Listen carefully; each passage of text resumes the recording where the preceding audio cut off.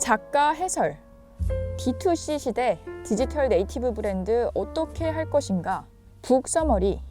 이 책의 저자 소개 부탁드릴게요. 김영택이고요. 저 같은 경우는 거의 한 20년 동안 이 디지털 분야에서 전략기획과 그 다음에 신사업과 마케팅 전략을 담당을 했습니다. 그래서 전반적으로의 이 디지털 네이티브 브랜드에 대한 전체적인 접근이라는 부분들을 기반으로 해서 앞장의 전적인 전략 부분들을 저술을 했고요. 그다음에 저희 이제 공자한 그 이승준 교수님 같은 경우는 그 경성대학교 지금 미디어학부의 교수님으로 계십니다. 동일하게 거의 20년 넘게 이쪽 디지털 분야에서 다양한 어떤 전략, 또 뭐 서비스, 또 전체적으로의 기획적인 업무 부분들을 담당을 하셨습니다. 이 책은 어떤 분께 도움이 될까요? 이 책 같은 경우는 크게 이제 세 가지 쪽 대상이 되지 않을까 하는 생각이 듭니다. 첫 번째 부분에서는 일단은 지금 그 대기업 쪽에 있는 D2C를 담당하시는 분들 같은 경우, 특히 이제 저희가 최근에 이커머스라든지 또 새롭게 이제 코로나가 터지면서 기존에 있는 채널이 아니라 새로운 채널들을 발굴하고자 하는 그런 이제 대기업 종사자가 책을 좀 읽으셨으면 좋을 것 같고요. 두 번째 부분에서는 이제는 좀 리테일 업체들 같은 경우, 최근에 보면 이제 패션이 됐던 뷰티가 됐던 그런 부분들도 이제 전통적인 방식의 마케팅이나 또 채널이나 유통 방식들이 아니라 이제 새로운 방식으로 이 디지털 네이티브 상품들을 기획해야 되고, 또 D2C에 대한 접근 부분들을 가져가기 위한 측면에서 이제 그런 분들이 좀 읽으셔야 될 것 같고요. 세 번째 부분들은 이제 스타트업 부분들, 스타트업 기업들이 이 새롭게 상품을 기획하고 새롭게 시장에 진입하기 위해서 어떻게 접근해야 되는지에 대해서 좀 더 참고할 수 있는 그런 책이 될 거라고 생각이 됩니다.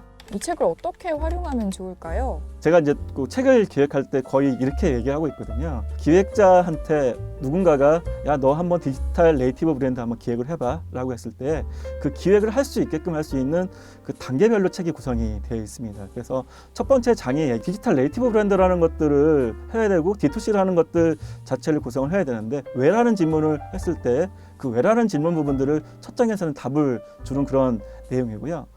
두 번째에서는 자, 근데 왜인데 우리는 그러면은 어떤 형태로 디지털 네이티브에 대한 것들을 접근을 할 것인가, 또 D2C라는 것들은 어떤 방법으로 제공할 것인가라는 부분에 대해서의 화이라는 부분들에 대한 것들이 두 번째 장에 있을 것 같고요. 세 번째 부분들 같은 경우는 그러면 이제 이것들을 정말 우리가 어떻게 단계별로 기획을 해야 되는지, 카테고리를 선정하고 브랜드 가치를 제안하고 또 제품을 제조하고 그 다음에 마지막으로 마케팅을 통해서 고객과의 관계를 강화하는 형태들. 그래서 저는 이제 이 책 부분들을 현업에서 또 실무에서 바로 즉각적으로 기획서를 작성하고 바로 전략적인 대안들을 제시하는 데 도움이 될 수 있게끔 되어 있다고 보시면 돼요. 그렇게 또 활용을 하시면 도움이 되지 않을까 생각이 듭니다. 추가적으로 책과 관련해서 참고할 만한 것들 알려주세요. 저희 지금의 디지털 네이티브 브랜드 책 자체도 기존과 다른 어떤 브랜드 접근적인 부분들, 또 기존과 다른 채널과 유통이라는 부분들을 이 디지털 시대에 어떻게 가져갈 것이라는 거에 대한 내용들로 구성이 되어 있습니다. 그래서 그런 내용들은 저희가 운영하고 있는 디지털 트랜스포메이션 트렌드라는 사이트가 있습니다. 도메인 자체도 그냥 디지털 트랜스포메이션.co.kr입니다. 그래서 저희가 책에는 되게 좀 한정적인 또 일시적인 내용들만 담겨져 있는데요. 지속적으로 이 디지털 네이티브에 대한 어떤 기업에 대한 사례, 또 디지털 네이티브에 대한 어떤 전략적인 부분들, 이것뿐만 아니라 기업의 디지털 트랜스포메이션에 대한 전반적인 전략에 대한 부분들을 소개되어 있기 때문에요. 이 사이트에 들어오시게 되면은 다양한 내용 부분들을 보실 수가 있습니다. 북 콘텐츠 구성과 파트별 주요 내용을 살펴보겠습니다. 1장 부분들은 전반적으로 디지털 네이티브 세대가 누구인지에 대해서 좀 저희가 면밀하게 분석을 했습니다.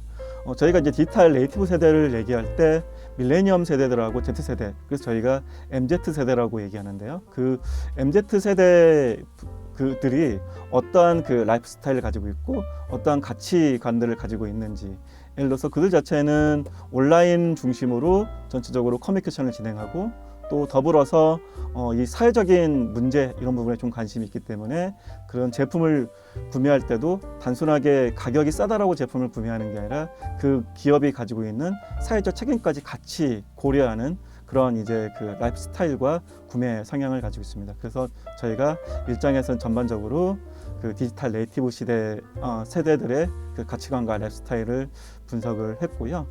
이 장에서 이제 본격적으로 이런 그 디지털 네이티브 세대의 변화에 따라서 그러면은 어떻게 저희가 브랜드라든지 또 상품이라든지 이런 것들이 좀 변화가 돼야 되는지 부분들을 크게 저희가 두 가지 부분으로 이 디지털 네이티브 브랜드의 접근 또 판매 방식 부분들을 분석을 했습니다. 하나의 방식 부분들은 저희가 D2C라 그래서 다이렉트 컨슈머, 이제는 저희가 백화점이나 기타 도소매를 거치는 게 아니라 고객과의 직접적인 거래, 직접적인 마케팅을 진행하는 그 부분이 하나가 있고요. 하나 부분들은 이제 저희가 구독을 할 수 있게끔, 이제는 저희가 매장을 방문하지 않더라도 이제 고객이 정기적으로 비용을 내게 되면 이제는 찾아가서 또 고객들한테 정기적으로 제품을 배송해주는 형태로서 저희가 D2C와 그다음에 구독 서비스 부분들을 분석을 했습니다. 특히나 저희가 좀 여기서 좀 중점적으로 봐야 되는 부분들은 D2C에 관련돼서 이제 좀 저희가 중점적으로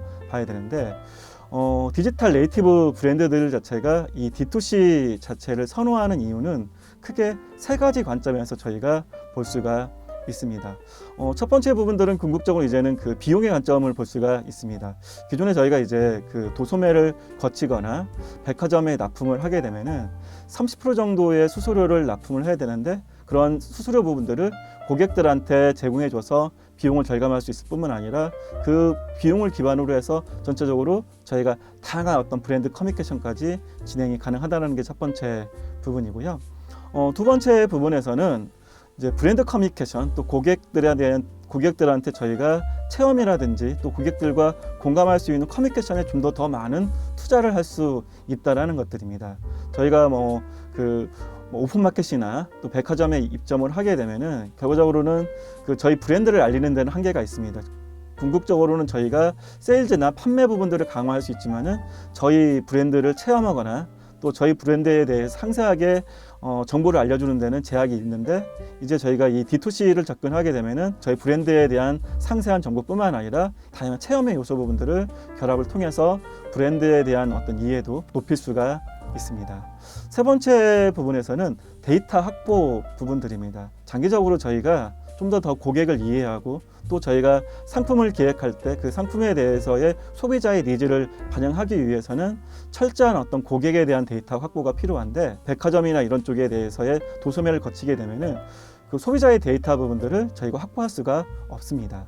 그렇지만 저희가 D2C를 진행을 하게 되면은 소비자의 데이터를 직접적으로 저희가 확보하기 때문에 그 확보된 데이터를 기반으로 상품 기획과 또 타겟팅된 마케팅 부분들 또 좀 더 고객과의 다이렉트 커뮤니케이션을 통해서 고객과의 관계 부분들을 확장을 할 수가 있습니다.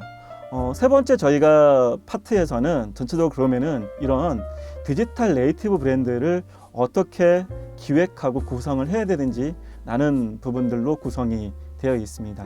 디지털 네이티브 브랜드를 구성하는 부분들은 크게 4단계적인 접근들을 하고 있습니다.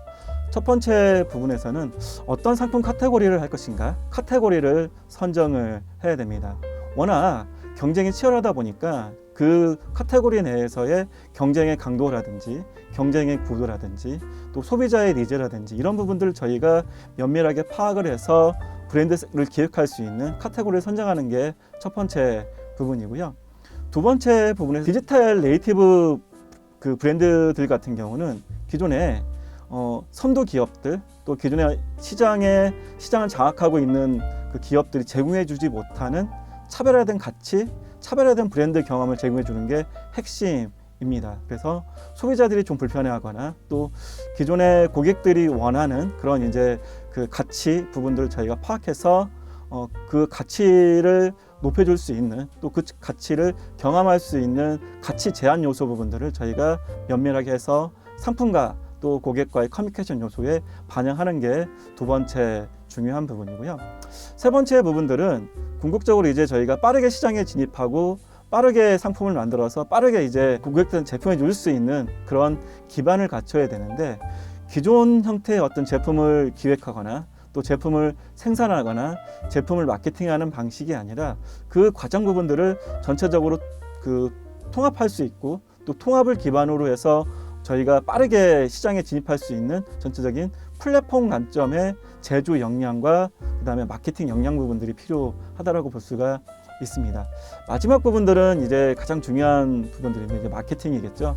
그 전에 저희가 이제 어떤 도소매나 백화점 입점하게 되면은 그 중간에 있는 도소매들이 마케팅적인 부분들을 대신해 줬는데 이제는 기업들이 직접적으로 마케팅을 해야 됩니다. 그래서 저희가 초기에 저희 브랜드 인지도를 알려주는 것뿐만 아니라 브랜드 인지도를 기반으로 해서 고객들이 구매를 하게 되면은 그 구매 고객들의 DB를 기반으로 그들과 지속적인 관계를 확장할 수 있는 마케팅 부분들을 진행하는 게 이 디지털 네이티브 브랜드 단계에서 가장 중요한 단계라고 볼 수가 있습니다.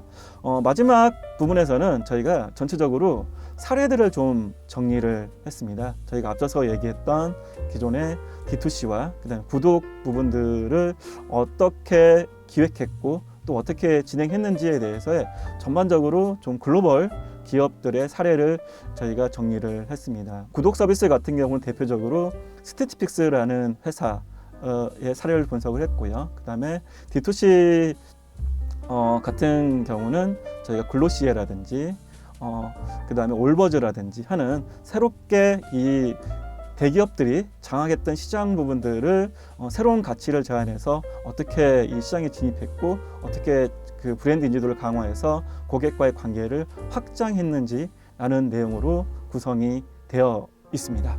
네, 감사합니다. 인사하고 하는 거예요? 이걸